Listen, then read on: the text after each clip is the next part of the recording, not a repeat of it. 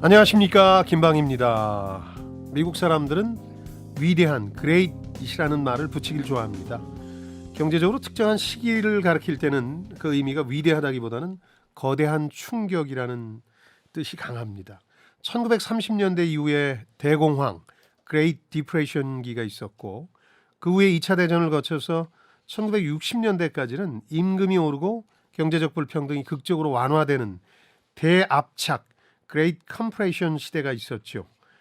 글로벌 금융위기 이후의 10여 년은 경기 침체가 길어졌지만 대공황만큼의 충격은 아니었다는 점에서 대침체 Great Recession이라고 부릅니다. 코로나19 이후에 벌어진 일을 묘사하는 말도 있습니다. 본 방송에서 몇 차례 말씀드렸던 대퇴직 혹은 대사직 Great Resignation이라는 용어입니다. 코로나19로 일자리를 떠난 많은 사람들 중에 상당수가 자발적으로 돌아오질 않는 겁니다. 처음에 그 일은 실업자에게 지나치게 후한 급여나 지원책 탓으로 보였습니다. 그 다음에는 코로나에 겁을 먹은 중년 이상 근로자들이 주역이라는 해석이 나왔습니다. 그런데 그게 다가 아니었습니다. 현재 노동시장의 주역인 20대 중반에서 40대까지의 밀레니엄 세대가 일에 대해서 뭔가 전과 다른 태도를 갖게 된 겁니다. 노동시장 변화에 대해서 이 세대의 마음속에 뭔가 일에 대한 관념이 변하는 건데요. 그 실체를 포착하는데 오늘 읽을 책만한 재료도 없을 겁니다.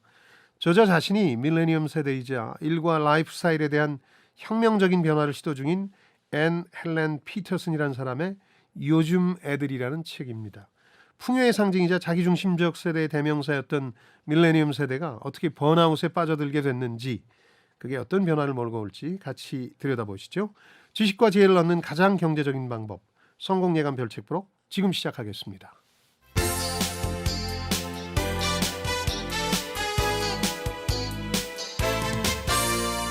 KBS 1라디오 성공예감 김방희입니다.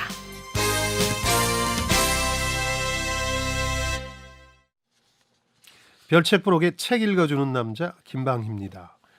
별님 씨 모시겠습니다. 네, 별책 부록에서 별을 맡고 있는 광명수입니다. 반갑습니다. 깊은 겨울 그 한가운데 서 있는 요즘이에요. 날씨는 추워도 마음만큼은 따뜻한 주말 보내세요.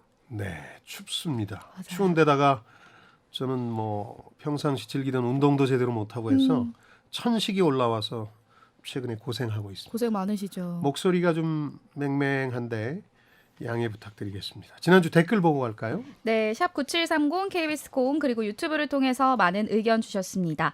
지난주 책은 남들은 다 잘 나가는데 나만 뒤처지고 소외된 기분, 벤처 투자가인 패트릭 맥기니스가 쓴 포모 사피엔스 함께 읽어봤는데요. 예. 먼저 송문방님, 아이들이 즐거운 것은 과거도 미래도 아닌 현재에 충실하니까 즐겁다고 하죠. 뚜벅뚜벅 자기 일에 충실하게 살아가면 됩니다. 해주셨네요. 흔들릴 땐 두 마디만 기억하십시오. 현재, 현재? 그리고 자신. 자신. 남을 의식한 삶이라는 게 나중에 나이가 들면 공허해지거든요. 남들한테 멋져 보이는 일이나 물건을 소유하기 위해서 너무 많은 시간을 쏟다 보면 자신한테 소홀해지거든요. 현재에 충실하고 자신에 더 가까이 다가가려는 노력을 하면 공허함이 좀 사라집니다. 네, 현재와 자신은 이걸 저도 20, 30대 때는 몰랐어요. 명심할게요. 50대가 되고서야 알게 됐습니다. 고맙습니다. 그리고 2032번님, 포모는 기회비용과 연관이 있다고 생각해요. 선택한 것과 선택하지 않은 것들의 의미, 가치, 만족도 등을 비교하는 습관이 중요하다고 봅니다. 해주셨는데 예. 기회비용과 밀접한 상관성은 소장님께서 어떻게 보시나요? 저는 비교하지 않는 습관이 중요하다고 생각합니다. 자꾸 비교를 하게 되는데요. 네. 사람들은 늘 많은 선택을 해야 되기 때문에 습관적으로 자신이 가지 않은 길, 하지 않은 선택을 돌아보게 되거든요. 맞습니다. 그게 더 멋져 보여요. 내가 한 선택이나 내가 간 길에 비해서. 늘 후회하죠. 그래서 그걸 극복하는 게 참 오래 걸리기도 하고 어려운 일인데, 우리가 읽은 그 포모 사피엔스에는 흥미로운 대목도 나오죠. 이때 떠오르는 게 프루스트라는 시인의 가지 않은 길이라는 시인데, 네. 정작 당사자는 그렇게 자기가 하지 않은 선택에 대해서 많은 의미를 부여한다는 걸 알고 나서 내 시가 너무 심각하게 읽히고 있다. 심각하게 소비되고 있다. 그런 의미까지는 아니었다. 네. 그렇게 고백을 했다고 그러죠. 그래서 너무 심각하게 가지 않은 길을 돌아보는 습관을 없애는 데서 훨씬 더 행복에 가까워질 수 있습니다. 그런 이야기도 했었잖아요. 예. 네, 별거 없더라. 그렇게 생각하는 게 더 중요하다고. 예. 별거 없습니다, 실제로. 그 길을 가도 가지 않은 다른 길을 또 되돌아봤을 거예요. 네, 마음을 편안하게 내려놓는 것도 네. 중요할 것 같고요. 또 꿀벌님, 내 목표와 가치를 선택하는 데 많은 시간을 필요로 하면 결국 놓치고 만다는 것을 요즘 느낍니다. 이젠 신중하면서도 빨리 결정할 수 있는 능력을 길러야겠어요. 해주셨고, 김진백님, 인생의 목표와 가치는 다른 누구도 아닌 내 자신이 결정하는 것, 그게 꼭 필요합니다. 해주셨습니다. 그러니까 광명수 씨가 말씀해 주신 대로 포기하는 것 혹은 포기해야만 하는 것들이 많다는 걸 인정하는 거죠. 네. 다 가질 수는 없잖아요. 다 가질 수 없다는 걸 인정하고 나서 가능한 나한테 그럭저럭 괜찮은 거. 너무 최선을 찾으려고 하다 보면 자신만 들볶게 되거든요. 네. 그럭저럭 괜찮은 것을 선택하면 된다는 그 내려놓는 자세가 굉장히 중요한 것 같아요. 그게 포모를 극복하는 길 같아요. 오늘 소개된 모든 분들께 커피 쿠폰 보내드립니다. 성공예감 홈페이지 선물방에 연락처 남겨주세요. 이어서 오늘의 주제로 넘어갑니다. 이풀기 토크. 네, 오늘은요. 기대 속에 태어났지만 가난을 배우고 불안을 먹고 자란 밀레니얼 세대. 그들은 왜 무기력증, 번아웃이 된 건지 앤 헬렌 피터슨이 쓴 요즘 애들 함께 읽어볼 텐데요. 요즘은 사실 밀레니엄 세대라고 단독으로 하기보다는 네. Z세대와 함께 MZ세대, MZ세대 아마 소장님께서도 본방송 하시면서 많이 말씀을 하실 것 같은데 예. 일단은 밀레니얼 세대부터 뭔지 좀 짚어주시죠. 예, 그 Z세대가 한꺼번에 묶어달라고도 안 했는데 묶어서 얘기를 많이 하죠. 네네. 그 밀레니얼이라고 영어를 하고요. 그냥 미국에서는 밀리라고도 합니다. 줄여서. 네. 우리말로 번역하면 언론에서는 밀레니얼 세대라는 표현을 쓰는데 저는 개인적으로 밀레니엄 세대가 맞는 것 같아요. 밀레니얼이란 말이 밀레니엄 세대니까. 네. 베이비 부머라고 하거든요. 근데 베이비 붐 세대라고 하는 것처럼. 뭐 어쨌든 뭐 어떤 용어든 상관없습니다. 거칠게 정의하면은 밀레니엄이라고 하는 2000년 이전에 20년 동안 태어난 세대입니다. 광명수 씨도 여기에 해당되죠. 포함이 되죠. 예. 그리고 더 엄밀하게 이제 규정하는 책들에 따르면 1981년생부터 96년생까지 네. 거의 그 범주에 속한 사람들이고요. 이 표현이 등장하기 전에는 에코 혹은 에코 부모 세대라는 표현을 많이 썼어요. 베이비 부모 세대의 자녀들인데 네. 그러다 보니까 이 세대가 또 많았어요. 베이비 부모들이 출산율이 높았기 때문에 이 세대의 자녀 세대인 이 세대도 베이비 부모의 메아리 세대다 그래서 네. 에코 혹은 에코 부모라고 불렸고요. 워낙 자기중심적이어서 한때는 미 제너레이션, 미 세대라고 불리기도 했습니다. 근데 그 전 세대가 이 사람들 속을 도저히 모르겠다 그래서 X 세대, 블랙박스 같은 네. 세대다. 그 다음 세대라고 보시면 됩니다.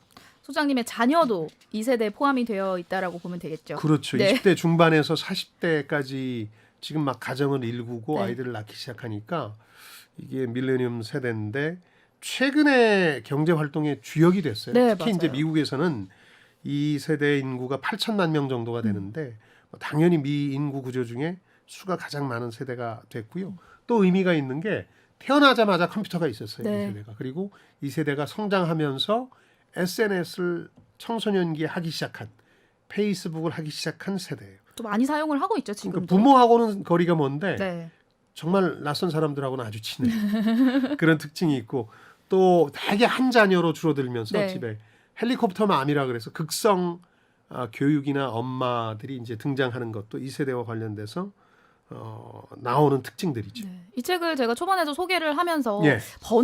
번아웃을 겪고 있다 이 밀레니엄 세대가 이런 말씀을 드렸는데 사실은 다른 세대가 봤을 때는 이 세대가 좀 따가운 눈총을 받고 있기도 하잖아요. 그럴 수 굉장히 있죠. 힘든 것만은 아니다 이렇게 생각하는 그러니까 시선도 있는데요. 베이비 부모 세대가 사실 풍요로운 중산층이었거든요. 네. 그러니까 겉으로 대놓고는 안 하지만 뭐 잘 먹고 잘 살았으면서 왜 그렇게 힘들어 하는데 왜 니네 세대만 더 그러는데 하는 약간의 그 선입견 같은 게 있었어요. 우리 때는 안 그랬어. 약간 그렇죠. 이런 느낌인 저도 거죠. 그런 게 있었는데 이 책을 통해서 조금 많이 극복했어요. 그러니까 그 가족이나 친구에는 집중하지 못하면서 본인의 기대치는 높고 기대치에 비해서 열심히 일하지는 않고 또 아까도 말씀드렸지만 멀리 떨어진 사람들하고는 많이 연결돼 있고. 네. 근데 뭐 더 정확하게 이 세대를 이제 폄훼하는 고정관념 중에 하나는 어른이 됐어도 어른이 되지 못한 세대다. 그런 표현도 등장하고. 근데 그 저자는 이렇게 표현합니다. 밀레니엄 세대가 높은 기대 또 세상의 여러 가지 작동 원리나 이치에 대해서 상당히 자기중심적이고 모순적인 태도를 가졌다. 네. 근데 이 저자가 밀레니엄 세대고요. 교수를 꿈꾸면서 학계에 뛰어들었다가 실망하고 좌절하고 다시 기자와 작가로 변신한 네. 아주 독특한 존재라서 그들을 대변하는 책을 썼다고 볼 수 있죠. 저자도 밀레니엄 세대고 저자를 포함해서 이제 밀레니엄 세대들이 본인 스스로 일에 대한 번아웃을 느끼고 또 심리적으로 완전히 지쳐버리니까 결혼, 출산 모든 거 다 이제 포기를 해버리는 이 사람도 거잖아요. 결혼 안 하고 같이 사는 사람을 미국에서는 이제 통칭 파트너라고 표현하기 시작했습니다. 우리말로 치면 뭐 반려자 정도 될 텐데 파트너와 함께 그 번잡스러운 번아웃의 배경이었던 뉴욕을 떠나요. 그래서 우리로 치면 강원도, 몬태나주로 가서 거기서 온라인으로 글을 쓰는 그래서 그 칼럼도 쓰고 또 뉴스레터를 발행합니다. 컬처 스터디라는 인기가 있는 뉴스레터고 근데 이 정작 이 책의 배경이 됐던 건 이 사람이 뉴욕타임즈에 쓴 칼럼이 하나 있었는데 밀레니엄 세대는 어떻게 번아웃이 됐는가라는 제목의 칼럼이었는데 이게 엄청난 논쟁이 됐어요. 네. 그러니까 그런 고정관념이 미국 사회도 전반적으로 깔려 있는데 니네가 제일 지쳐서 나가 떨어졌다고? 그게 뭔 소리야? 하면서 논쟁이 세대론으로 비화해서 이 책으로까지 이제 출간된 거고요. 원제가 흥미로운데 2020년에 출간됐고 can even이라는 표현인데 can even 워낙 번아웃에 빠져서 뭔가 이것조차도 할 수 없다 이런 의미도 있고 네. 서로 공정해질 수 없다. 서로 똑같아질 수 없다는 의미도 담고 있는 중의적인 건데 그걸 이제 좀 감각적으로 바꾼 제목이 요즘 애들. 어떻게 그러나 생각하세요? 요즘 애들로 바꾼 것에 대해서는? 그 가벼운 제목에 비하면 저자의 문제의식이나 문투는 상당히 무겁고 네. 진중합니다. 그래서 제목이 오히려 조금 지나치게 경쾌하게 간 면이 있다는 생각이 듭니다. 네. 몸풀기 이풀기를 마쳤으니 이제부턴 심화학습으로 넘어가겠습니다. 오늘의 책 요즘 애들 이것이 궁금하다. 키워드를 뽑아볼게요. 첫 번째 키워드 번아웃. 우리 광명수 씨도 이 표현은 많이 쓰시잖아요. 그럼요. 저희 그럼요. 별책 프로에서도 많이 썼고. 근데 근원을 좀 찾아보자면 네. 1974년에 정신과 의사인 허버트 프로이덴버거라는 사람이 처음 이 병리 현상으로 진단을 했다 그래요. 탈진하고 구분하자는 얘기가 흥미로웠는데 저도 탈진하고 뭐가 차이가 있을까 늘 궁금했는데 탈진은 더 이상 나갈 수 없는 상태까지 간 거죠. 네. 그야말로 몸과 마음이 지쳐서. 근데 번아웃은 거기서 한 단계 더 나간 건데 그 지점에 도달했어요. 심신이 지쳐서 더 이상 뭘 할 수 없는데 정신적으로 그래도 더 나가야 된다고 계속 시달리는 강박과 집착에 시달리는 상태인 거예요. 네. 탈진에서 분명히 한 단계 더 나간 거예요. 그러니까 더 힘든 단계가 아닐까라는 그렇죠. 그래서 생각이 들죠.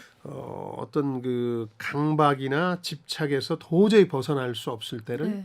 탈진을 넘어선 번아웃이다. 그야말로 다 불타버린 상황이다. 그러니까 이 번아웃을 밀레니얼 세대들이 겪고 있다라는 건데 실제로 3년 전에 세계보건기구 WHO에서 직장 스트레스로 인한 직업병으로 공인을 하기도 했어요. 그렇죠. 그래서 2018년에 공인이 돼서 이제는 번아웃이라는 게 하나의 병을 뜻하게 된 거죠. 네. 단순한 상태가 아니라. 근데 이 저자는 자신이 속한 밀레니엄 세대의 현 상태가 번아웃 상태라고 진단하는 거예요. 그래서 그 2010여 년경에 그런 밀레니엄 세대의 깨달음이 온다고 저자는 주장하는데 문득 바둥거리면서 살아보지만 도저히 이 굴레를 벗어날 수 없다. 쉽게 얘기하면 체제가 망가졌기 때문에 한 개인의 노력으로 이걸 이길 방도가 없다는 걸 깨닫게 됐다. 그래서 자신이 그런 칼럼이나 책도 쓰게 됐다는 건데요. 뭐 그런 근본적인 이유를 여기서 재정적으로 이제 꼽게 되는데 대공황 이래 1930년대 이래 처음으로 밀레니엄 세대 다수가 부모보다 못 살게 됐다. 이 통계치도 나오는데 이거는 우리도 비슷한 것 같아요. 지금 베이비 붐 세대들은 어쨌든 자기 힘으로 중산층이 됐고 네. 일자리도 탄탄했기 때문에 괜찮았는데 지금 사회로 뛰어들어서 사회 주축이 돼가고 있는 이 밀레니엄 세대는 오히려 더 어렵게 된 게 아닌가 하는 생각이 드는데 우선 글로벌 금융위기인 2008년이 있었잖아요. 대침체기가 있었고 그러다 보니까 일자리 구하기 힘들었고 대학은 또 다 부모 의존 안 하고 학자금 대출 받아서 대부분 갔으니까 잔금이 남아있어요. 네. 한 달에 4, 50만 원씩 원금 상환을 해야 돼요. 근데 이건 우린 좀 다른 것 같아요. 우린 중산층이 되면 대학생 자녀 등록금이나 생활비를 다 대잖아요. 근데 미국은 잘 안 되니까 학자금 대출 많이 이용했다는 거죠. 그리고 성년기에 뭐 여러저러 목표를 잡았어요. 난 변호사가 된다, 의사가 된다. 이런 것들이 불가능하게 돼버렸고 네. 가난한 이들은 더 가난해지고 중산층에서 탈락하지 않기 위해서 이 밀레니엄 세대는 그야말로 여전히 아둥바둥되고 있다. 탈진한 게 아니라 멈추지 못하는 상태까지 가서 번아웃된 거다. 네. 이렇게 주장하면서 이 책의 진짜 요지는 이게 개인 탓이 아니다. 이 세대가 가진 여러 가지 이유들을 들고 있는데 구조적 문제다. 이것과 싸우지 않으면 도저히 개인적으로 이 문제를 풀 방법은 없다. 이게 좀 다른 건데요. 이전에 나온 많은 책들이 우리가 소개한 책들도 뭐 개인적으로 디지털 디톡스를 하라든가 여러 가지 그 위안을 주는 조언들을 했는데 그런 거 가지고는 안 된다는 거예요.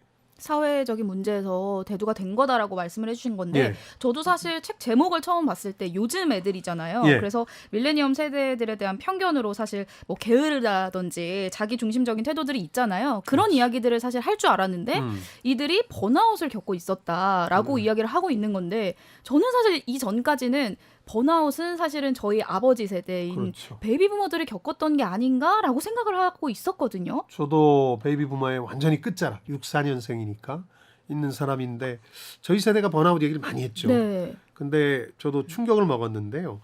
이 책에서는 그 아버지 세대에 대한 묘한 그 적대감 같은 게 좀 느껴집니다. 그러니까 밀레니엄 세대에 대한 선입견을 만든 세대거든요. 베이비 부머가 자기 자녀가 저도 가끔 농처럼 얘기하지만 내 기대만큼 돼주지 않는 것에 대한 실망감 때문에 선입견을 만들어냈어요. 네. 동시에 최근에 뭐 외신 통해서도 많이 전해졌지만 이 세대는 밀레니엄 세대는 베이비 부머 세대들을 조롱합니다. 오케이 부머라는 얘기가 누가 좀 고리타분한 얘기, 진부한 얘기하고 있으면 오케이 부머 그만해 꼰대 같은 소리 이렇게 그런 느낌인 거죠. 관용어구로 쓰이게 네. 된 거거든요. 서로 적대감을 가지고 있는데 저자 지적에 일리가 있는 건 베이비 부머들이 누구냐?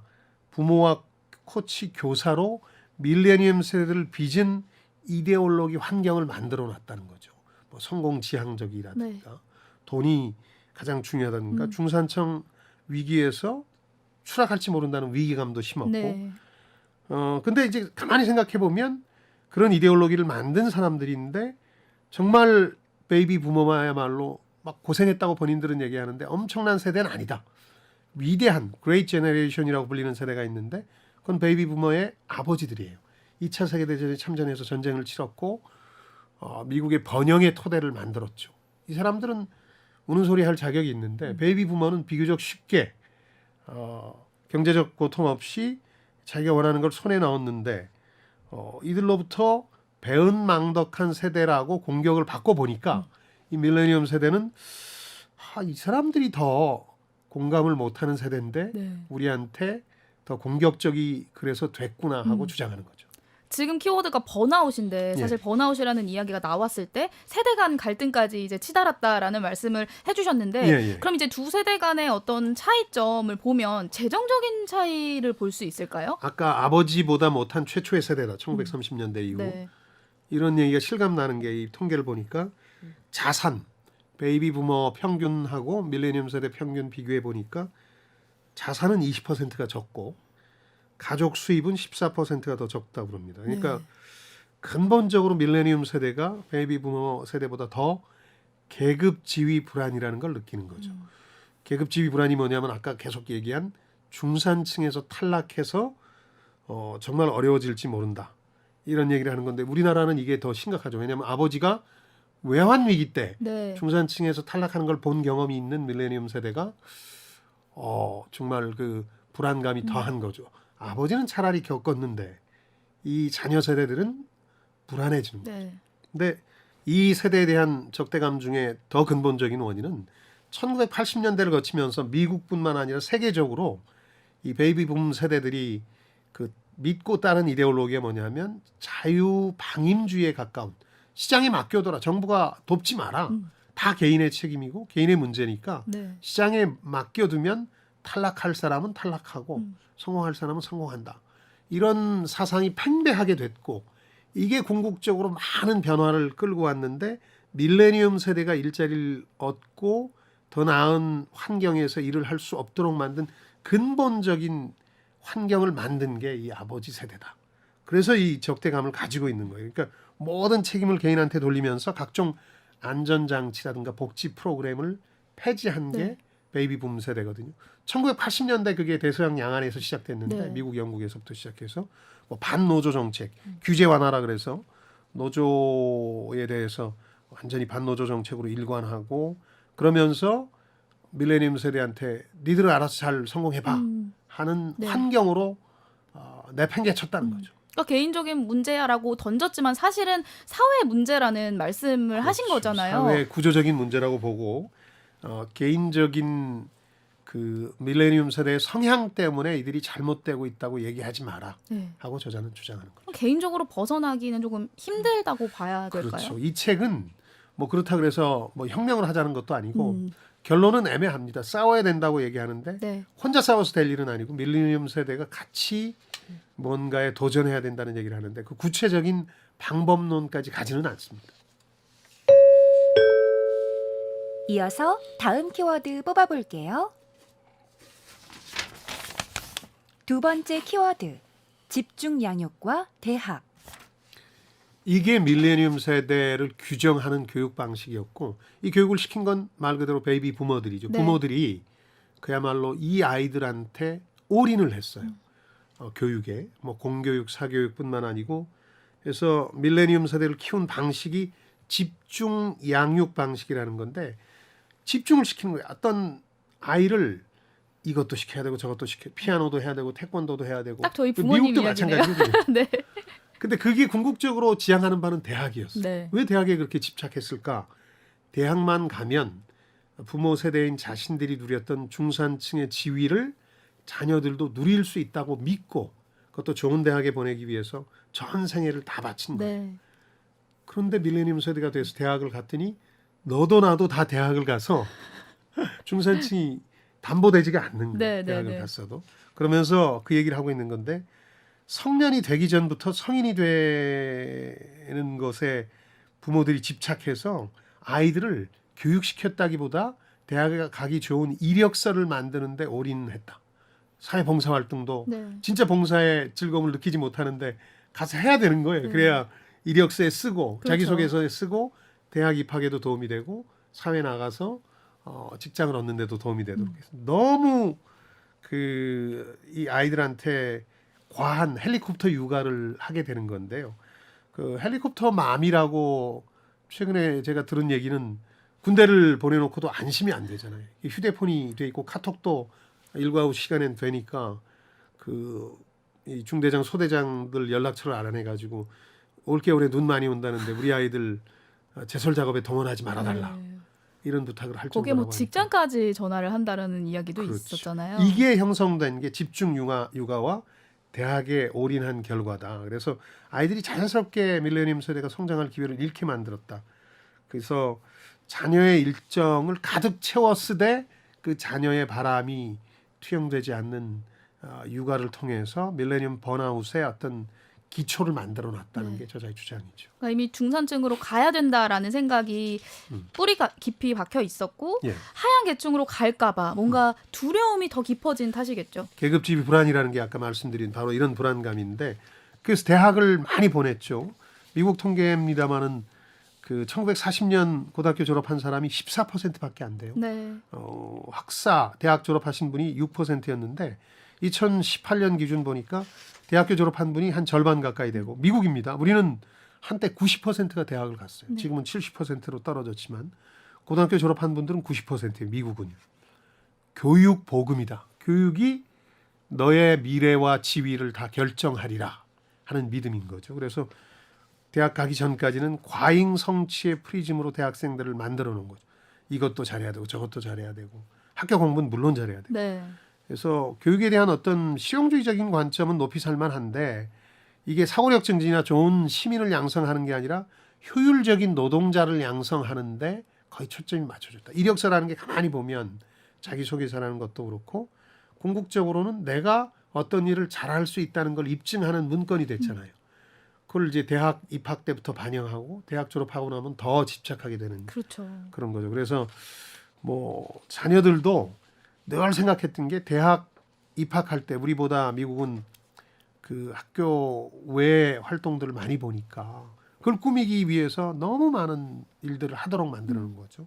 그래서 번아웃 되도록 만든 건데 대학이 어긋난 야망의 장이 됐다. 그러면서 그 저희 별책 프로그램에서 한두 차례 소개해드렸는데 미국에서 요즘 많이 논란이 되는 게 의사 변호사 되겠다고 해요. 뭐 우리나라도 공무원 되겠다고 그러고. 근데 그 공무원 수요나 의사 변호사 수요가 있을 겁니까? 사회가 원하는 정도의 공급량이 있을 텐데 그렇죠. 보통 희망하는 사람이 6배쯤 된다. 네. 좁은 문이 돼버렸고 이건 더 많은 사람들이 더 노력을 해야만 그 구멍으로 들어갈 수 있다는 얘기니까 번아웃이 불가피한 상황이 됐다는 거죠. 네. 그만큼 그 좁은 문을 통과하기 위해서 노력하고 있는 사람들이 많다라는 이야기이기도 하고요. 그렇죠. 또 저자는 이걸 당연한 교육이 가져온 부당한 결과라고 정리를 하고 있는데 예. 사실 교육에서뿐만 아니라 이제 일을 하는 밀레니얼 세대들이 이제 나타나면서 번아웃을 겪고 있는 거잖아요. 예. 이게 헌신과 충성, 끈기로 그 사람의 가치를 평가를 하는 건데 참 이 부분이 좀 서글프기도 하더라고요. 그러니까 대학 이전의 모든 학과 과정은 대입 준비고 네. 대학에서는 취업 준비잖아요. 그렇죠. 근데 취업이라는 게 뭐냐면 한 고용주한테 고용돼서 특정한 노동을 하자는 거고 네. 거기에 효율적인 인간형을 만들어가는 게 되는 거죠. 누가 효율적이냐를 두고 이제 경쟁을 미친 듯한 경쟁을 하는 건데 네. 그 경쟁에서는 초기에 필요한 뭐 여러 가지 내가 했던 학교와 학교 외적인 활동도 있지만 그다음 회사에서는 뭘 평가하냐면 헌신, 미치도록 누가 열심히 일하느냐를 보잖아요. 그러니까 번아웃이 안 될 수가 없는 거죠. 이런 구조로 치달아 왔는데 베이비 부모도 그랬고 그러나 저자의 주장은 밀레니엄 세대가 돼서 그게 가장 여건이 안 좋은 상황에서 극적으로 그렇게 되고 있다고 네. 믿는 거죠. 정말 마치 계속 앞만 보고 달려가는 경주마처럼 당연히 뭐 번아웃이 올 수밖에 없는 구조다라는 예. 이야기인 건데 예. 굉장히 재밌었던 게 좋아하는 일을 하라라는 이 스티브 잡스의 연설이 역설적으로 밀레니엄 세대 좀 피곤하게 만드는 환상이 됐다라는 대목이 나오고 있어요. 그러니까 좋아할 만한 일이 과연 뭐가 있겠느냐는 거죠. 그렇게 많을 텐가. 아까 의사 변호사 지망생이 실제 사회적 수요에 비해서 6배나 많다는 네. 말씀드렸는데 그렇게 많을 것이냐는 거죠. 내가 정말 이 일만큼은 재밌게 할 수 있겠어. 근데 비슷해요. 그런 생각이. 네. 근데 그런 일이 많지 않으니 예를 들어서 뭐 좋아하는 일을 하면 가장 이상적이죠. 근데 매일 아침 일어나면 출근길이 가슴 설렐 정도로 좋아할 만한 일이 그렇게 많겠습니까? 그러다 보니까 일은 일일 뿐인데 뒤늦게 밀레니엄 세대가 그걸 깨닫는 거죠. 그래서 자기가 좋아하는 일도 해야 되고 부모가 어디 가서 자식 자랑할 정도의 일도 해야 되고 네. 친구들하고 또래 집단에서도 나 무슨 일 해 하고 자부심을 가지고 얘기할 수 있을 참 정도가 바쁘네요. 그럴 일이 없다는 거죠. 네. 그런 일이 없다 보니까 그런 거를 찾는 게 미션 임파서블이다. 그래서 밀레니엄 세대가 한 5년에서 개인적으로 차이는 있지만 20년까지 네. 이런 좋아하는 일을 하라는 가설에 매달려서 그냥 그저 그런 일을 피하느라고 노동시장에서 막 방황했던 시기가 그 정도로 오래 걸렸다는 거예요. 5년에서 20년 가까이. 네. 저 주변 사람들이 생각납니다만 어쨌든 그런 점에서 보면 밀레니엄 세대가 딱 사회로 나왔을 때 실제 일자리 상황도 나빴고 2008년 글로벌 금융 네, 네. 또 이 세대에 심어진 그런 일자리에 대한 환상 좋은 일을 하자 좋아할 만한 일을 하자는 것이 이 사람들의 방황을 부추긴 거죠. 그러니까 좋아하는 일을 하라라는 게 환상으로 들릴 수밖에 없는 게 사실 현실을 보면 현실에서는 내 대출, 학자금 대출 갚아야 되고 여러 가지 대출을 갚아야 되는데 이런 이야기를 하면 좀 환상처럼 들릴 수도 있을 것 같아요. 그러니까 많이 제한되잖아요. 네. 학자금 대출을 한 달에 50만 원을 갚는다고 치면 뭐 우리는 조금 상황이 다릅니다만 미국의 경우에 그 50만 원을 빼고도 내가 생활은 돼야 되잖아요. 네. 그러면 직장 일자리라는 게 상당히 한정적이 돼요. 내가 선택할 수 있는 게. 아무리 좋아도 예를 들어서 200만 원 이하는 곤란한 거잖아요. 뭐 이렇게 되면서 상당히 그 어려워지게 되는데 이 저자의 경우에는 1982년에 In Search of Excellence라고 초월한 기업을 찾아서라는 책이 등장하면서 막 그 열정으로 똘똘 뭉쳐서 과로를 두려워하지 않는 직장인들만 우리가 구할 수 있다면 초월한 기업이 돼서 세계를 석권할 수 있다. 이런 잘못된 믿음들이 미국 사회에 널리 퍼진 게 이런 일자리 상황을 더 악화시켰다는 거거든요. 그러니까 헌신, 충성심, 열정 이런 것들이 가득 찬 사람을 원하는 회사와 일자리 시장에서 5년에서 20년 방황하면서 정말 내가 좋아할 만한 일자리를 찾겠다는 두 그룹이 만났으니 영 매치가 안 되는 거죠. 네. 매치가 안 돼서 방황은 더 길어졌고 20년 동안 제대로 된 일자리를 못 찾고 대학을 졸업했음에도 웨이트리스로 지낸 사람들이 미국에도 엄청나게 많은 거죠. 그러니까 지금 이런 상황이다 보니까 밀레니얼 세대들 인식 속에서는 그냥 그럭저럭 괜찮은 일 하자 뭐 이런 인식으로 바뀐 거겠죠. 그 방황이 끝나가고 있거든요. 밀레니엄 세대 앞 세대들은 40살이 다 돼가니까 네. 이제 더 이상 비정규직 임시직 일자리로 전전할 수는 없으니까 그냥 처음부터 좀 기대를 낮춰서 적당한 일이면 괜찮다. 이런 일일 뿐이다. 네. 뭐 즐거움을 다른 데서 찾을 수 있는 거다. 이렇게 생각하고 했더라면 좋았을 텐데. 그래서 미국에서도 좋지 않은 말이긴 합니다만 우리나라 젊은 사람들이 하는 얘기를 많이 그대로 하는 것 같아요. 뭐냐면 그래 뭐 무슨 복지 뭐 보람 이런 거 열정 이런 거 뭐 까고 그냥 돈이나 좀 제대로 줘. 네. 이런 슬로건이 실제로 밀레니엄 세대 사이에서 많이 거론되거든요. 그 얘기는 그들이 겪은 이 노동시장 환경을 아주 대변해주는 말이라는 생각이 듭니다. 이어서 다음 키워드 뽑아볼게요. 세 번째 키워드, 프리캐리아트와 셀러리아트. 흔히 근로자, 노동자를 프롤레타리아트라고 하잖아요. 네. 이거를 변형시켜서 두 부류의 일자리가 생겨났다는 거죠. 하나는 precarious라는 게 영어 단어로 변덕스러워. 네. 일자리긴 한데 뭐 어떻게 될지 모르는 임시직, 비정규직들. 뭐 좋은 말로 프리랜서도 포함이 될 테고요. 이런 게 엄청나게 늘어났습니다. 그래서 기존의 프롤레타리아트와 다른 프리캐리아트라는 계층이 생겨났다. 이거는 노동자도 아닌, 심지어 반쯤 노동자인 뭐 이런 분들이 생겨났고 네. 이런 분들과 대조되는 개념으로 또박또박 월급이 들어오는 정해진 금액이 들어오는 셀러리아트라는 계층 생겨났는데 이 경우는 정규직 네. 셀러리를 받는 이런 정도로 노동시장이 양분화됐는데 이 변덕스러운 임시직이나 비정규직에 속하게 된 사람들은 노동시장 혹은 그 계급에서 최초로 너 대학 나왔어? 근데 우린 대학 나올 정도의 지식은 필요 없는데 그런 거 잊어버리고 그냥 육체노동해 하는 최초로 자신이 받은 교육보다 더 낮은 수준에서 노동하기를 강요받는 계급이 태어났다는 거죠. 탄생했다는 거죠. 그러니까 일터의 조건은 더 나빠지고 더 불안해지는 건데 그러니까 왜 이렇게 됐느냐도 꼼꼼하게 저자가 따지는데요. 전후에 미국 사회, 미국 산업을 움직인 두 산업을 꼽고 있는데 하나는 컨설팅하고 회계. 컨설팅과 회계가 불러온 노동 현장의 변화는 뭐냐면 뭔가 조금이라도 낭비적인 요소가 있으면 다 잘라라. 네. 효율적이지 않다. 왜 우리가 저런 사람을 데리고 있어야 되느냐. 대학까지 나올 필요 없어. 뭐 그렇죠. 박사, 석사 필요 없어. 이런 그렇죠. 느낌인 거죠. 그러니까 핵심 역량이라고 불리는 그 기업의 물건을 만들고 파는 것과 관련되지 않은 많은 것들을 자르든지 아니면 임시적으로 대체하는 거죠. 그러니까 외주업체한테 아웃소싱을 해서 네. 우리한테 필요하지 않은 인력을 전부 외주업체로 돌리는 거죠. 아주 재미있는 그 현상 하나를 제가 본 방송 오프닝에서 한번 소개해드린 적이 있는데 30년 전에 AT&T라는 기업의 청소부가 있고 정규직이었습니다.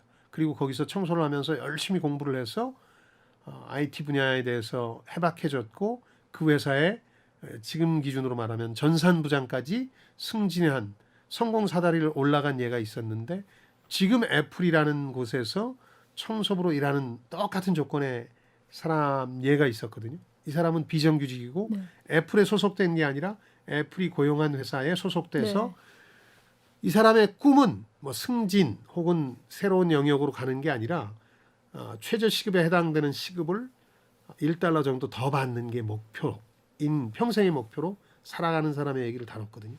그러니까 1960년대 미국 경제가 좋을 때와 지금 일자리 상황을 보면 얼마나 나빠졌는지 네. 알죠. 그러니까 뭔가 세상이 나아진다고 그러는데 일자리 상황만 보면 밀레니엄 세대가 뼈저리게 느끼고 있지만 거의 최악의 상황으로 치닫고 있다. 그러면서 저자가 한 얘기가 그 대착취 시대다. 지금은 인건비를 가장 적게 들이고 사람의 힘을 활용할 방법을 찾아내는 시대다. 또 기업의 효율성을 자꾸 강요하는 게 회계나 컨설팅 말고도 그 기업을 요즘 돈 주고 사는 사모펀드라고 들어보셨죠? 그런 데라든가 그런 데 투자하려는 벤처 캐피탈들이 더 이걸 심화시키는 거죠. 제일 중요한 건 돈을 누가 더 효율적으로 버느냐지 어떤 사람들의 삶을 풍요롭게 하는 건 아무 관심도 없어진 거죠. 그러니까 이런 상황으로 치달은 이유가 아무래도 자본주의를 바탕으로 단기간에 이익을 창출해야 한다라는 비전이 최우선 목표가 됐기 때문이 그렇죠. 아닐까라는 생각도 들거든요. 일터의 균열이라는 표현도 등장했는데 계급이 둘이 있어요. 똑같은 일을 하는 것 같은데 정규직과 비정규직에는 네. 계급이 생기고 균열이 생긴 거죠. 애플에는 전 세계에서 애플 제품을 만들고 판매하기에 관여하는 직원들이 75만 명이 있는데 거기 정식 애플 직원 정규직 몇 명일까요? 6만 명밖에 안 돼요. 그러니까 두 개의 계급이 있는 거고 네. 이 정식으로 월급을 받는 따박따박 월급이 들어오는 셀러리아트 같은 사람들만 주식을 가질 수 있어요. 주식에 투자하기도 하고 본인의 퇴직연금을 가지고 주식을 굴리니까 미국 기준으로 보니까 54%의 국민만 주식을 가지고 나머지는 주식도 없으니까 주가가 뛰어서 이득을 보는 사람도 이 절반밖에 안 되는 거죠. 네. 그래서 그 인간적으로 누구를 성장시켜서 성공한 기업들의 사례도 많은데 그건 부각이 안 되고 여기 퀵트립이라는 회사 예가 나오는데 여기는 월급도 올려주고 근무 환경도 좋게 하면서 기업의 성과도 매년 20%씩 성장하는 그런 예도 나오는데 이건 미디어에 부각이 안 되고 오히려 사람 자르고 가혹하게 대해서 성공한 기업이 훨씬 더 미덕인 것처럼 묘사된다. 네. 그러니까 밀레니엄 세대는 결과적으로 이런 나쁜 일자리를 통해서 번아웃이 훨씬 더 빨리 다른 세대에 비해서 됐다는 거죠. 지금 여러분께서는 주말에만 만나는 성공예감 별책 부록을 듣고 계십니다. 오늘 들려드리는 책은 아이고 죄송합니다. 다시 네. 해볼게요. 지금 여러분께서는 주말에만 만나는 성공예감 별책 부록을 듣고 계십니다. 오늘 들려드리는 책은 요즘 애들입니다. 이어서 다음 키워드로 넘어갑니다. 네 번째 키워드, 온라인의 역할. 네, 그 밀레니엄 세대의 번아웃에 온라인은 어떤 역할을 했느냐 하는 건데 우리 광명수 씨는 하루에 핸드폰 몇 번 확인하세요? 그걸 셀 수가 있을까요? 그렇죠. 그래서 한번 확인할 때마다 클릭을 해서 한번 세 본다면 평균적으로 미국의 경우입니다만은 150번 정도를 하루에 확인한다고 그래요. 저는 이거보다는 좀 적은 것 같아요. 그 일주일에 6시간 이상 온라인에 매달린다. 근데 이건 제 주변을 보면 6시간 더 되는 것 같은데 저만 해도 6시간은 되는 것 같으니까. 그래서 이런 디지털 기술들이 효율성이라는 명분하에 번아웃을 악화시킨다는 거죠. 그러니까 우리 삶을 식민지화하고 사람들의 삶 자체가 핸드폰 앱을 통해서 흘러간다. 생각해보면 뭘 해야지 하는 것도 일정표도 앱을 통해서 보고 그 다음에 누구를 만났을 때 무슨 얘기를 해야지 하는 것도 메모장을 통해서 보고 그러니까 핸드폰 앱대로 흘러가게 삶이 바뀌었는데 여기서 중요한 게 핸드폰의 망상이라는 걸 저자가 지적하는데 왜 이렇게 핸드폰이 우리를 식민지화하게 됐느냐 이걸 들고 매번 확인하면 사람들이 멀티태스킹을 하는 것 같고 여러 가지 일을 동시에 하는 것 같고 모두를 위해서 뭐든 할 수 있을 것 같고 심지어는 자신이 자신다워질 수도 있다는 착각을 하게 된다.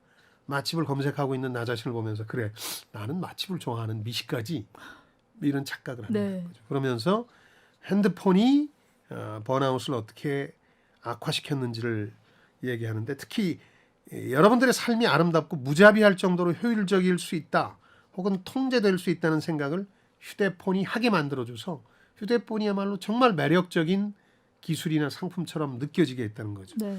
그리고 이제 이것만 합니까? 페북 같은 것도 하죠. 많이 하죠. 흥미로운 건 밀레니엄 세대가 청소년기가 되면서 페북을 시작했는데 지금은 거의 안 한다고 그래요. 네. 저자의 주장에 따르면 페북은 이제 안 하지만 SNS 때문에 또 번아웃이 되는 거죠. 다른 SNS들이 많이 생겼으니까요. 네. 그런 관점에서 이 번아웃 최대적은 새로운 인스타다.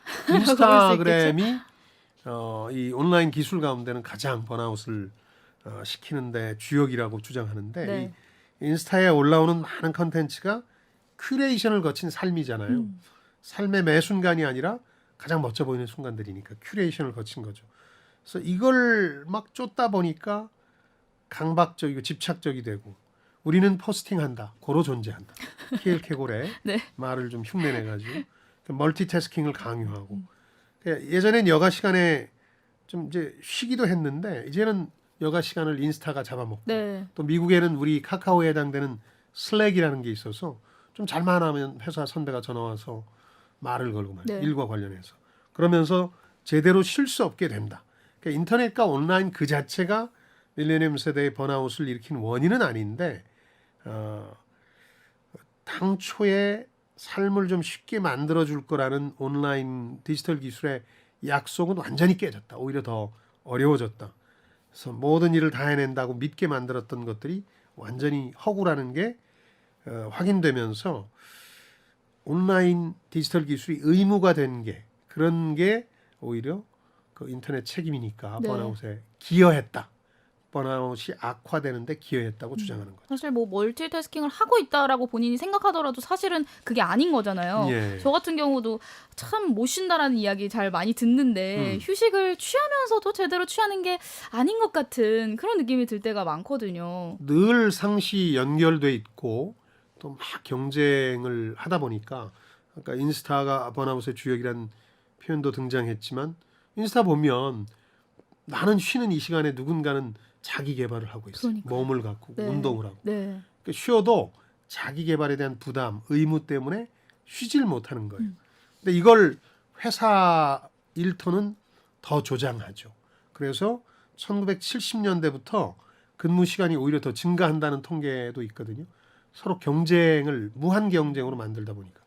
케인즈라는 학자는 근로 시간이 계속 줄어들면서 자기 손주 때가 됐을 때는 지금 손주 때가 밀레니엄 세대겠죠. 15시간 주에 일할 거다 이렇게 네. 예측했는데 정반대가 되거든요. 주에 15시간이었는데 예상은 근데 지금은 주에 80시간 일하고도 서로 연결돼 있어서 이게 근무 시간이 아닌데 근무를 하는 그렇죠. 희한한 집에 가서도 현상이 휴대폰을 벌어지는 보고 거죠. 있죠. 여가 시간마저 쉴 수 없게 만든 그런 상황이 돼버린 거죠. 이게 1970년대부터 이제 근무 시간이 증가했다라는 이야기를 하고 있는데 예. 그 이후에 정말 생산성 광기의 역사라고 이렇게 쭉 훑어볼 수 있겠죠. 미국 이제 기업과 산업의 역사를 보면 모든 걸 이제 생산성의 관점으로 보게 되고 이런 관점에서 기업에서 일 많이 하는 사람, 과로 이런 것들이 악덕이 아니라 미덕이 된 거예요. 그래 저 사람은 정말 대단한 사람이었지. 영웅시하면서. 네. 그러면서 또 한 가지 여가를 뺏기게 된 이유 중에 하나가 여가 시간에 상업화가 벌어진다는 거죠. 우리가 이제 쉰다고 쳐보죠. 주말에 쉬면 어디 가서 뭘 사 먹고 써야 되니까 일을 하는 사람이 나타나야 되잖아요. 예전엔 종교적인 이유로 청교도 이 개신교의 믿음 때문에 일요일은 거의 모든 업종이 다 쉴 때가 있었는데 네. 지금은 주말에 근무하는 업종이 따로 또 있잖아요.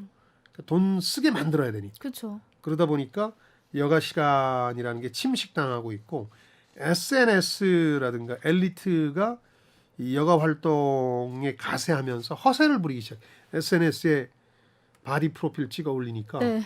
지금 이 시간에 운동이라도 해야 되고 또 엘리트는 실제로 읽는지는 제가 장담할 수 없습니다만 책 읽은 거에 줄을 벅벅 그어가지고 인스타에 올리니까 많이 올리죠, 네. 북스타그램 많습니다. 요즘. 그렇죠. 북스타그램이라고 하죠. 그래서 이런 것들이 어렵게 만들고 또 취미를 돈벌이화하니까 이런 것들도 여가 시간에 침식 현상을 가져오고 2000년도에 유명한 이론 중에 하나가 가설입니다. 퍼트넘이라는 사회학자가 미국 공동체의 붕괴를 볼링 클럽의 붕괴라는 사례를 통해서 설명했어요. 미국 전역에 있던 직장 혹은 지역별 볼링 클럽들이 많이 무너졌어요. 그걸 가지고 미국 공동체 정신의 붕괴를 설명했는데 지금은 뭐 그런 정도가 아니라 자신의 여가를 포기하는 대신 타인이 멋지다고 할 만한 여가를 즐겨야 되니까 이것도 일종의 여가가 아니라 숙제 비슷하게 돼가는 거죠. 번아웃에 일조하는 거죠. 그러니까 사실 온전히 취미는 즐거워야 취미인 건데 예. 사실 말씀해주신 건 진짜 오히려 취미가 스트레스가 될 수도 있다라는 생각이 들거든요. 저희 별책부록에서도 정말 쉼에 대해서 배운 적도 있었었는데 그렇죠. 다시 한번 진짜 온전한 휴식을 느끼기 위해서 어떻게 할 수 있는지 한 번만 좀 정리를 해주시죠. 저는 개인적으로는 아까 방송 시작하면서 말씀드렸던 현재하고 자신 네. 이걸 돌이켜보는 게 중요하다고 생각해요. 그러니까 남을 의식하는 현재가 되면 굉장히 그 현재가 피곤해지거든요. 네. 마치 미래를 위한 삶인 것처럼 현실을 양보하거나 혹은 희생시켜도 아주 피곤해져요. 그래서 저는 SNS를 앞으로도 안 할 거고요. SNS를 하면 어쨌든 남을 의식하게 되는 것 네. 같아요. 예. 인스타가 아마 그런 정점에 서 있는 것 같고 그래서 어떻게 나 자신한테 현재에 충실할 것인가를 연구하는 데서 출발해야 된다. 저자는 물론 이거에 전적으로 동의하지는 않습니다. 저자 입장은 더 나가야 된다. 이거 개인적으로 풀 수 있는 문제가 아니다. 네. 그런 얘기를 합니다. 그러나 개인적으로도 풀어야죠. 그러자면 현재와 자신을 잊지 말라. 소장님과 인스타로 소통하고 싶은 분들에게는 좀 불가능합니다. 희소식이 아니겠네요. 이어서 다음 키워드 뽑아볼게요. 마지막 키워드, 육아 번아웃. 저자가 여성입니다. 물론 결혼도 포기했고 육아도 포기했습니다. 책에 함께 자세히 사는 보면. 분은 있지만 예. 파트너는 있지만 결혼과 육아를 출산을 포기했는데 그 포기를 이제 본인의 번아웃과 이 밀레니엄 세대의 사회 구조적 요인으로 찾고 있는 거죠. 네. 포기할 수밖에 없었던. 그러니까 젊은 시절에는 학교에 들어가기 위해서 대학원을 다니고 뭐 그런 상황에서 나을 수 있는 거 아니냐. 많은 분들이 그렇게 얘기했지만 자기가 보기엔 그건 일방적으로 여자의 피해와 희생을 강요하는 거였다. 그러면서 뭐 남자도 요즘 많이 도와주는데 하는 거에 대한 허구를 이 책에서 육아 번아웃에서 드러내는데 흥미롭더군요. 1965년부터 미국의 기준으로 보자면 남성이 가사활동 비중이 많이 늘었다. 2003년까지였고 그 이후에는 전혀 진전이 없는데 최고가 어디까지 늘었느냐? 최고라면 반반 하는 거 아니겠습니까? 50대 50인데 35%까지 돕고 그 이후에 전혀 진전이 없다는 네. 얘기죠. 요즘은 또 돕는다라고 이야기하면 또 혼납니다. 그렇죠. 돕는다는 표현 자체가 벌써 35% 수준의 발상인 거죠. 그렇죠. 그래서 아버지들은 가사노동의 공평한 부담 근처에도 가본 적이 없고 네. 35%가 최고니까 맞벌이 가족 보육 비용 같은 경우에는 1985년부터 75%나 증가했다. 이래놓고 결혼해서 출산하는 걸 모두 여자에게 돌려놓고서 왜 아이를 포기했느냐, 네. 결혼을 포기했느냐고 하면 나는 동의 못하겠다는 게 그렇죠. 저자의 입장인 네. 거예요. 그래서 사실 결혼을 하고 출생을 해야 되는 어떤 그런 가정의 문제뿐만 아니라 예. 이것도 또한 역시 이제 사회 문제라고 봐야 되는 거잖아요. 그러니까요. 이건 우리 경우 더 심각한데 한 가정의 문제라면 개인적인 문제가 될 수 있겠죠. 네. 뭐 아이를 낳고 싶지만 못 낳는다. 그러면 근데 그게 아니라 모든 가정의 문제라면 이건 사회 구조적인 문제라는 거예요. 네. 그래서 다른 복지 프로그램의 경우는 비교적 많은 정부 지원이나 육성책들이 나오는데 왜 육아, 출산 관련해서는 더딘가? 특히 미국에서는 그렇게 느낄 법합니다. 네, 우리는 출산 관련해서는 돈을 많이 썼어요. 그 출산율이 워낙 낮아져서 지금 가임 여성 1인당 0.8까지 떨어졌으니까 네. 이걸 되돌리기 위해서 지난 10여 년간 100조 원 이상을 썼기 때문에 미국하고는 좀 다른데 미국은 우리보다도 어떻게 보면 출산이나 육아와 관련된 프로그램이 정부 지자체 지원이 더 적어요. 네. 그러다 보니까 왜 이렇게 이토록 중요한 한 세대의 문제이자 나중에 다음 세대를 규정할 문제인데 돕지 않느냐 이 부분과 관련해서 상당히 과격할 수 있는 저자 주장이 나오는데 남성은 이 문제에 별 관심 없다. 그리고 정치는 남성이 주도해 왔다. 그러면서 이런 표현도 씁니다. 남성의 여가 특권이라는 게 있다. 여성과 달리 가사에서 정말 많이 돕는다는 사람이 열에 3개 정도를 돕는 거고 되게 쉴 권리가 있기 때문에 이 문제를 심각하다고 받아들이는 사람이 없다. 아무리 진보적이라고 하는 사람도 정말 진지하게 그걸 받아들이고 어젠다 의제화해서 정치적으로 이 문제를 풀려고 하지 않는다. 그런 얘기를 하고 있고 일종의 그 아이들 자체가 문제라는 게 아니라 이 저자 얘기는 아이들과 수반되는 여러 가지 일들이 있잖아요. 거기에 드는 돈, 네. 그다음 여성의 시간, 뭐 환경 이런 것들이 그래서 상당히 어려워졌고 그 베이비 붐 세대가 가졌던 안정된 가정 생활이라는 가족과 가정 생활이라는 꿈이 밀레니엄 세대에 이르러서는 완전히 붕괴되기에 이르렀다. 그러면서 일본을 반면 교사로 지적하기도 합니다. 일본 같은 경우가 여성의 경제 활동이 굉장히 많이 줄었고 고령화 저출산이 상당히 심각하지 않습니까? 우린 뭐 그보다 속도가 더 빨라서 아마 저자가 우리 사례를 잘 알았다면 우리 사례를 책에 쓰지 않았을까 싶을 정도긴 한데요. 그래서 해법을 자신이 제시할 수는 없다. 이게 구조적인 문제니까. 다만 현실을 제대로 볼 렌즈를 제공한다는 차원에서 이 책을 썼다. 이렇게 고백하고 있습니다. 우리나라도 뭐 출생이라든지 육아 부분에 있어서 좀 보고 배워야 할 만한 어떤 나라라든지 프로그램이 있다면 어떤 게 좀 있을까요? 저는 뭐 출산 관련해선 서유럽이죠. 서유럽하고 북유럽인데 서유럽은 프랑스 같은 데가 출산율을 뒤집는 데 성공했는데 역시 출산과 그 육아에 대한 복지 프로그램을 강화한 거였고 북유럽은 결혼에 대한 생각을 바꾼 대신 출산 여건을 좀 낮게 만들었죠. 즉 싱글맘 결혼을 하지 않은 상태로 아이를 낳아도 충분히 선입견과 제도적 피해에 시달리지 않고 살아갈 수 있도록 만들어줌으로써 출산율 문제는 어느 정도 극복해 가고 있죠. 다만 그 경우는 이제 또 결혼을 많이 하지 않는다는 문제는 안고 있죠. AI가 선정한 심쿵 한방. 오늘의 책 요즘 애들을 관통하는 핵심 구절. 한 방에 정리해드립니다. 밀레니엄들은 폄하당했고 오해받았으며 애초에 실패하게끔 설계된 상황에서 애를 쓴다고 비난당했다. 그러나 우리가 이만큼이나 우리 자신을 혹사시킬 인내심과 적성과 자원이 있다면 우리에겐 분명 싸울 힘도 있을 것이다. 밀레니엄 세대는 한번 읽어보시고 자신을 위로해 주셨으면 좋겠습니다. 위로받을 만한 책입니다. 이 사람들 비난했던 부모 세대인 베이비 부모, 네. 또 상사 세대인 X 세대, 뭐 저도 여기에 포함됩니다만은 자녀와 후배를 비난하기 전에 그들을 좀 이해하는 하나의 창구로 네. 이 책을 활용해 주셨으면 좋겠습니다. 다음 주 책이 도착했습니다. 네, 우리가 생각하고 열망하고 설명하는 모든 것은 그저 허상에 불과하고 무의식은 없다.